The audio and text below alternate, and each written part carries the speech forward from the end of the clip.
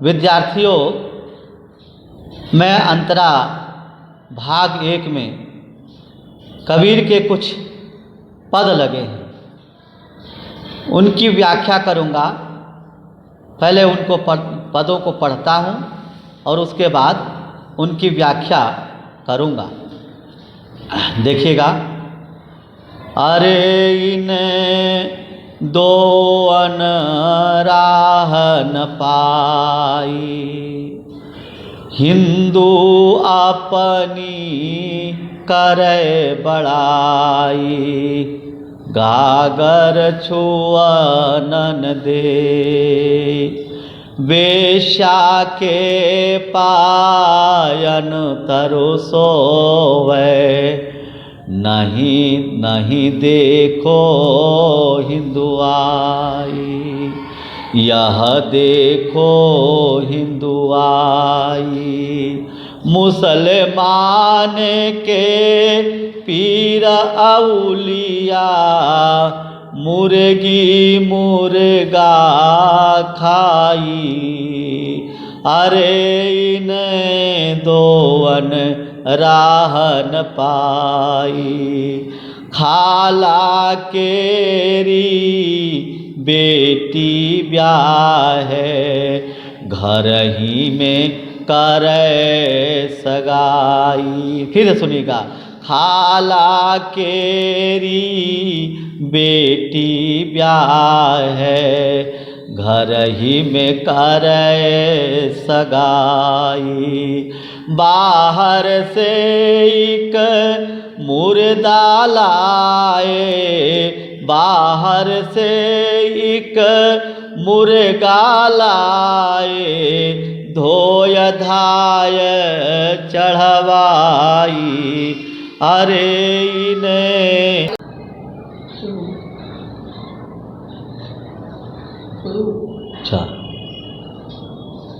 बाहर से एक मुर्गा लाए, धोय धाय चढ़वाई, सब सखियाँ मिली जेवन बैठी, सब सखियाँ मिली जेवन बैठी, करे बड़ाई, घर अरे घर भर करे बड़ाई, अरे इन दोवन की राहन पाई, हिंदू की हिंदुआई देखी, हिंदू की हिंदुआई देखी, तुर्कन की तुर्काई, कहे कबीर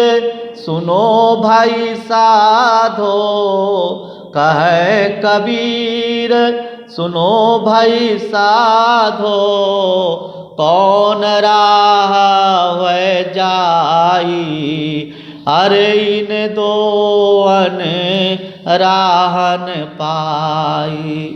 विद्यार्थियों, अब कबीर ने वास्तव में हिंदू और मुस्लिम दोनों मजहबों के लोगों को फटकारा है और दोनों की रीति रिवाजों का विरोध किया। समाज में ऐसी रूढ़ियों का विरोध कबीर करते हैं और कहते हैं कि अरे इन दोवन राह न पाई, इन मतलब ये सब, दोवन मतलब दोनों, राह मतलब होता है पंथ या पथ, न पाई नहीं पाया। और हिंदू जो हिंदू धर्म को मानने वाले हैं, हिंदू मजहब को मानने वाले हैं, अपनी करे बड़ाई, हिंदू जो है अपनी बखान कर रहा, अपनी बड़ाई कर रहा है। और क्या, गागर मतलब होता है घड़ा, छुअन मतलब स्पर्श करना, न दे नहीं देता। हिंदू जो है अपनी बड़ाई करता है और जो है जाति पाति का भेदभाव रखता है। किसी को अपनी गागर जो है अपना घड़ा छूने नहीं देता, अपना घड़ा छूने नहीं देता। ऐसा क्यों भाई? और उसकी बुराई देखो, और उसकी बात देखो कि वेश्या के पायन तर सोवे। वेश्या, वेश्या, वेश्या जो जिसमें फरोशी करती है, शरीर बेच करके पैसे कमाती है, के पायन तर, उसके पाँवों के तर मतलब तले, पाँव के तले, सोवे मतलब सोता है। कौन सोता है? हिंदू सोता है। और यह देखो हिंदू आई, यह देखो मतलब देखियो, हिंदू आई, उसकी हिंदुत्व, उसका हिंदुत्व देखो, उसका हिंदुत्व देखो कि वो एक जो वेश्या है, जो अपना गणिका है, जो शरीर बेच करके पैसे कमाती है, और उसके साथ उसके पाँव के तले, कदमों के नीचे सो रहा है। और मुसल्लम आगे देखो कि यह देखो हिंदू आई, उसका हिंदुत्व देखो कि जो है वो वेश्या के पाँव के कदमों के नीचे सो रहा है, और अपनी हिंदुआई की बखान करता है, अपने हिंदुत्व का बखान कर रहा है। और दूसरी ओर देखो कि मुसलमान के पीर औलिया, मुसलमान के पीर और औलिया, निजामुद्दीन औलिया और ये पीर, इनकी पूजा करते हैं, इनकी आराधना करते हैं, और मुर्गा मुर्गी खाई, मुर्गा और मुर्गी सब खा रहे हैं, हिंदू भी खाता है। और उसकी दूसरी विशेषता के देखो, दूसरा उनका कर्तव्य देखो कि खाला, खाला कहते हैं मौसी को, केरी मतलब के लिए, बेटी, मौसी की जो बेटी है, ब्याहते हैं, शादी करते हैं, मौसी के साथ ब्याह कर रहे हैं, घर में ही करे सगाई, घर में ही सगाई कर रहे हैं, मौसी के लड़के के साथ मौसी की लड़की की शादी कर रहे हैं। ये क्या क्या क्या इसमें है? ये जो भी अनलगर हो रहा है, अनर्थ हो रहा है, ये सब रूढ़िवादिता है। और बाहर से एक मुर्दा लाया, बाहर से एक मतलब एक मुर्दा मतलब चाहे कोई भी शरीर मार करके ले आए, और धोए धाए चढ़वाई, धो धा करके चढ़वा दिया, कढ़ाई में चढ़वा दिया, पकवा दिया। और सब सखियाँ शादी के बाद जो है भाई मुर्गा बनवाते हैं, मछली बनवाते हैं मुसलमान, और जो है और भी बड़े बड़े जानवर कटवा करके मरवा देते हैं। आजकल के हिंदुओं में भी होने लगा है, मछली विवाह में मछली के बगैर कुछ होगा नहीं, मछली भी चाहिए, मुर्गा भी चाहिए, सब कुछ चाहिए। यही काम पहले जो मुसलमानों में होता था, आज हिंदुओं में भी हो रहा है। दोनों ही बराबर हो गए। और सब सखियाँ मिल जीवन बैठी, सारी सखियाँ घर की सखी सहेलियाँ मिल करके जीवन बैठी, खाने बैठ गई। जीवना मतलब खाना। घर भर करे बड़ाई, बहुत अच्छा बना है, चर्चा कर, बहुत अच्छा बना है भाई। और कबीर कहते कि हिंदुन की हिंदुआई देखी। मैंने इस प्रकार से मैंने हिंदुओं की हिंदुआई भी देख ली, उनका हिंदुत्व भी देख लिया। और तुर्कन की तुर्काई, तुर्क कहते हैं मुसलमान को, तुर्क कहते हैं मुसलमान को, मुसलमानों की तुर्काई भी देख ली, उनकी मुसलमानियत भी देख ली मैंने। और कहें कबीर सुनो भाई साधो, कबीर कहते हैं हे संतो, हे साधुओं, सुनो, कौन राह है जाई, ये जो है ईश्वर की प्राप्त, ईश्वर के पास किस रास्ता से हो करके जाएंगे, कौन राह वह जाए, किस रास्ता से हो करके ये जाएंगे ईश्वर के पास। और विद्यार्थियों, ये तो रही बात आजकल की जो ज्वलंत समस्या है, उस ज्वलंत समस्या को लेकर के कबीर ने ये जो बात कही, समाज में जो धार्मिक धर्म क्या होता है, धार्यते इति धर्मः, आचर्यते इति आचरणम इति धर्मः, जो हम आचरण करते हैं, जिस आचरण को हम धारण करते हैं, उसे जो है उसे धर्म कहा जाता है। हिंदू मुस्लिम कोई धर्म नहीं है, ये संप्रदाय हैं।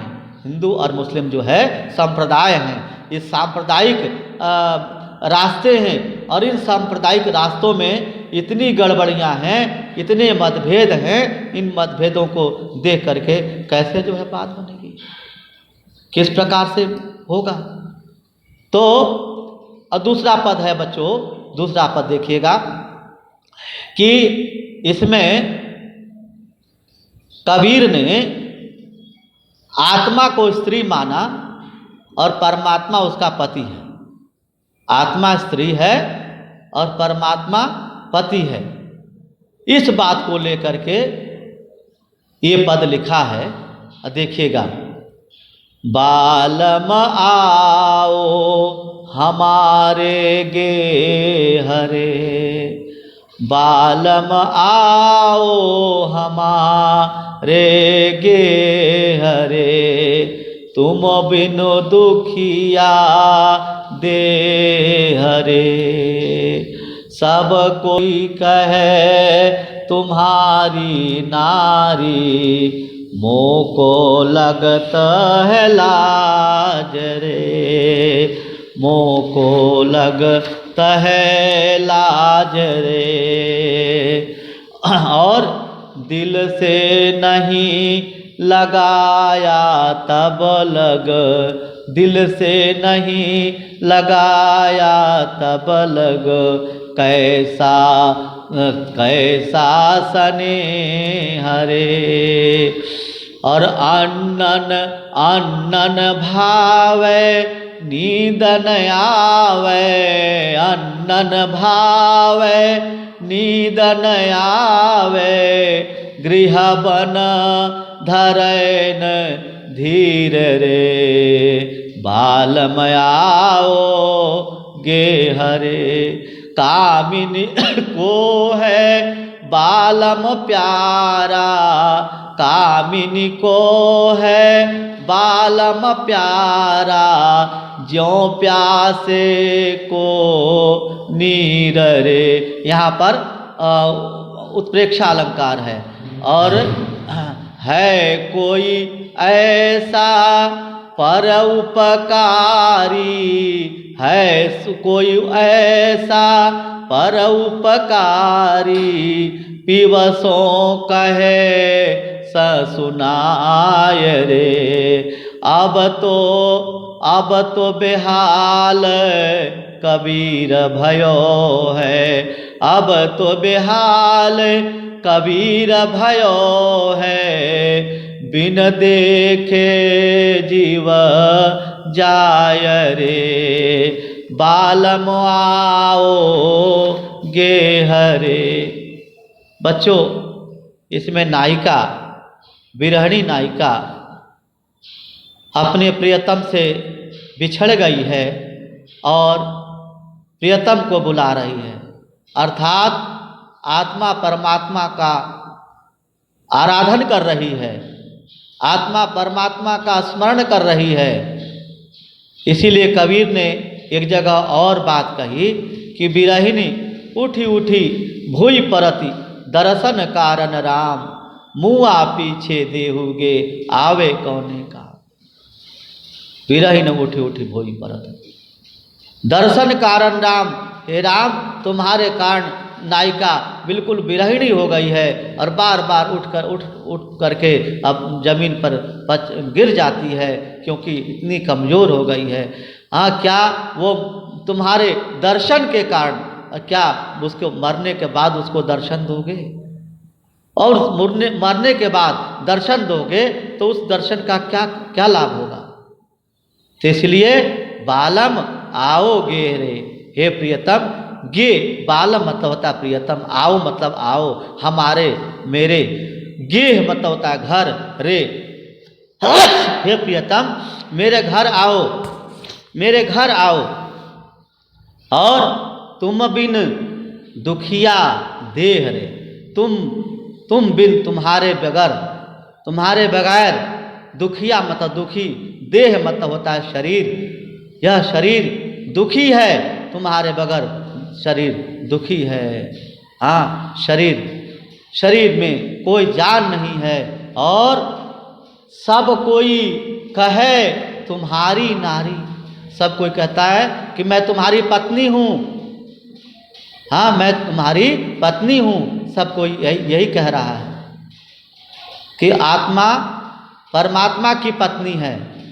इसीलिए कहा, तुलसी ने कहा कि ईश्वर जी वही भेद प्रभु, सकल कहूँ समुझाई, जाते होई चरण रति, शोक मोह भ्रम जाय।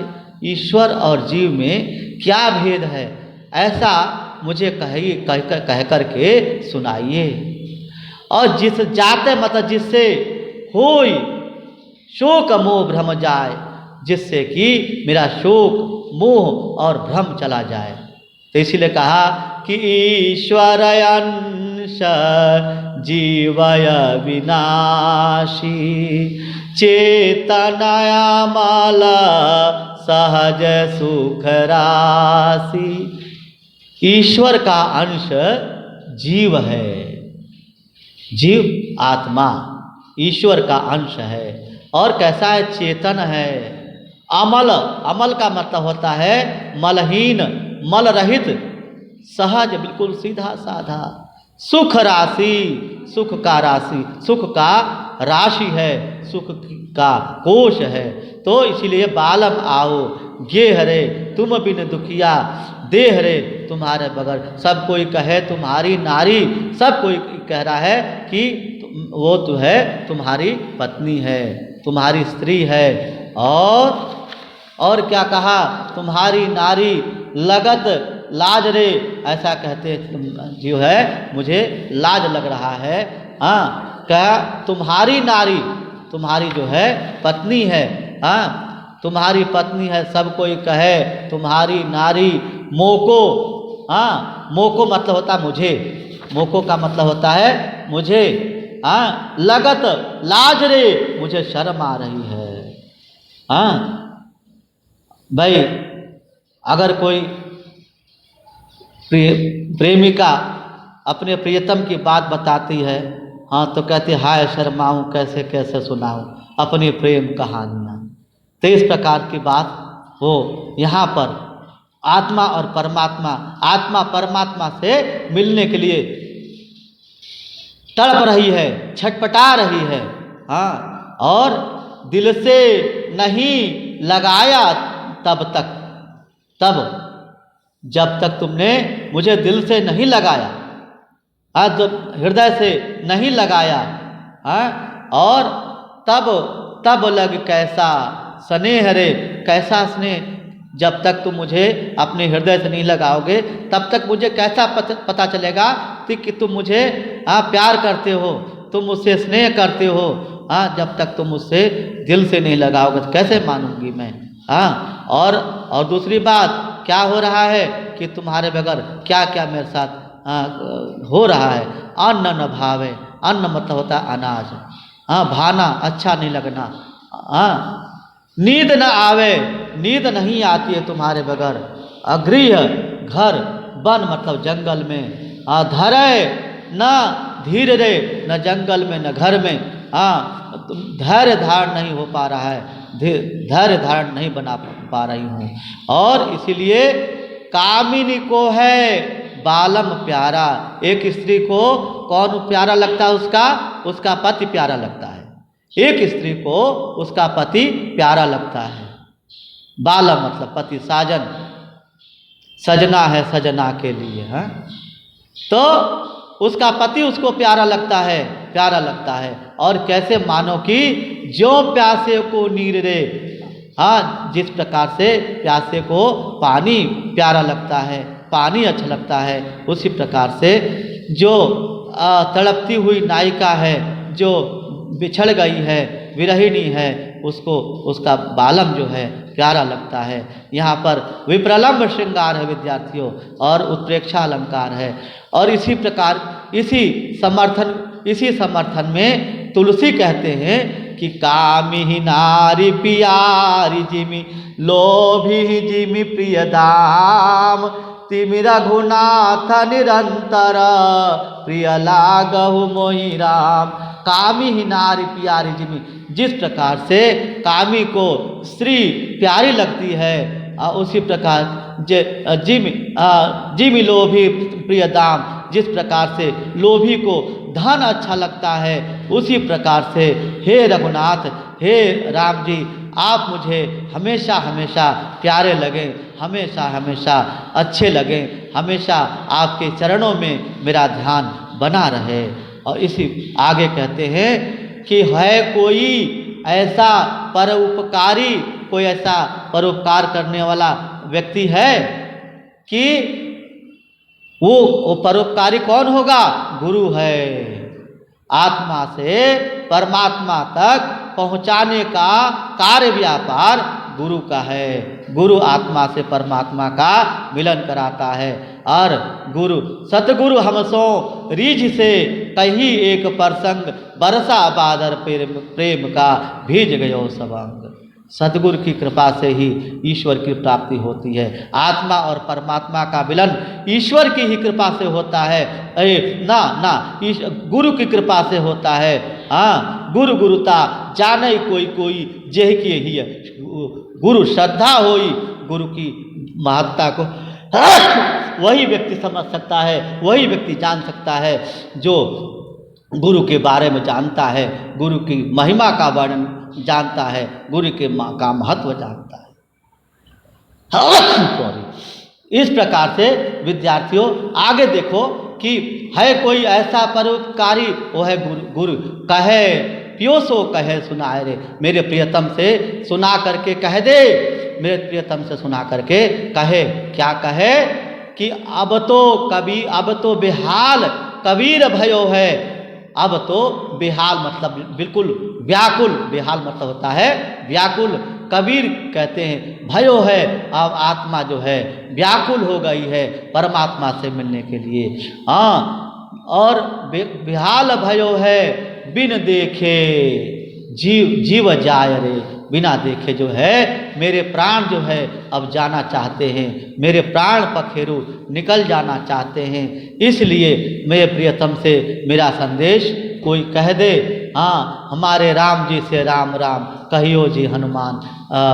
भक्त जो है हनुमान से कहता है कि जिस प्रकार से मेरा राम राम हनुमान भगवान से कहिए, उसी प्रकार से कोई ऐसा व्यक्ति है कि जो मेरे प्रियतम से जा कर के कह दे कि तुम्हारी प्रियतमा बेहाल हो गई है, तुम्हारी प्रियतमा के प्राण निकल जाएंगे अगर तुम नहीं जाओगे। तो इसीलिए जो है, इसीलिए बड़ी बड़ी आत्माएं जब तपस्या करती थी तो उनके चारों ओर घास जम जाती थी, और तब जो है ईश्वर प्रसन्न होकर के बोलते थे, आंखें खोलो भक्त, मैं तुम्हारी तपस्या से प्रसन्न हूँ। तो इस प्रकार से बच्चों यहाँ पर कबीर ने एक बात और कही कि राम मोरे साजन मैं उनकी बहुरिया।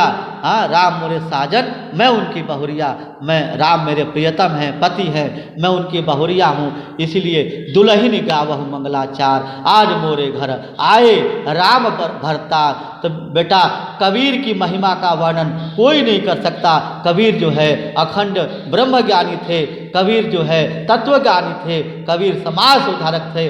कबीर ने जो कुछ भी देखा और जो है उसको सुना दिया और कहा कि नाव में नदियाँ डूबी जाए, नाव में कभी नदी डूबती है? नहीं डूबती। तो कबीर की महिमा ही अनंत है।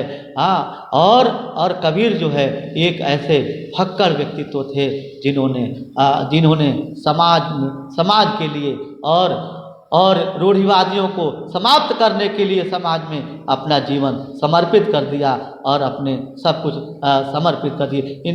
इनका विवाह लोई से हुआ। लोई से इनका विवाह हुआ और इनके 2 पुत्र पुत्रियां थे, कमाल और कमाली। 2 पुत्र पुत्रियां थे, कमाल और कमाली। लोई को सुना सुना करके कबीर जो है लिखते थे, सुनहुरे लोई बिनु हरि कृपा न होई, बिना हरि की कृपा से कुछ नहीं होता। तो लोई बहुत ज्ञानी हो गई थी और कबीर की अनेक कहानियां हैं। कभी फुर्सत में बात होगी तो सुनाऊंगा। और इन्हीं शब्दों के साथ अपनी वाणी को विराम देता हूं। और कल मेरा व्याख्यान जो होगा वो महाकवि सूर पर व्याख्यान होगा, उसको देखिएगा और सुनिएगा। आपको यह वीडियो अच्छा लगा होगा, इसको आप देखें और अपने विचार मुझे प्रस्तुत करें, अपने विचार दें। बहुत बहुत धन्यवाद। साधुवाद।